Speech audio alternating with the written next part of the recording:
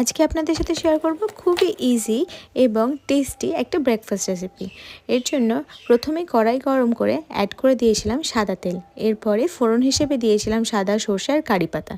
এরপর কেটে রাখা সবজিগুলো ক্যাপসিকাম, টমেটো, পেঁয়াজ, লঙ্কা এগুলো অ্যাড করে ভালো করে ভেজে নিয়েছিলাম। এরপর একটু নুন আর গোলমরিচ অ্যাড করে নিয়েছিলাম। এরপর 1 চামচ সয়া সস আর একটুখানি টমেটো কেচাপ অ্যাড করে তারপরে একটু ভালো করে ভেজে নিলাম। এরপরে নিয়ে নিয়েছিলাম পাউরুটিগুলো 4 কোনা করে কেটে নিয়েছিলাম ছোট ছোট করে।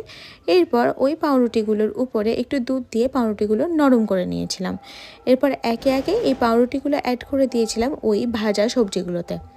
ভালো করে নাড়িয়ে নিলাম লো ফ্লেমে, আর আস্তে আস্তে নাড়াতে হবে, নয়তো পাউরুটিগুলো ভেঙে যাবে। এরপর লাস্টে অ্যাড করেছিলাম একটুখানি চাট মশলা আর ম্যাগি মশলা।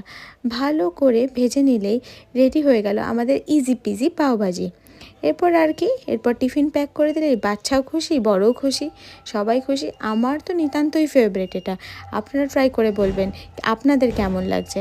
আজকের জন্য আসি তাহলে, টাটা সবাইকে।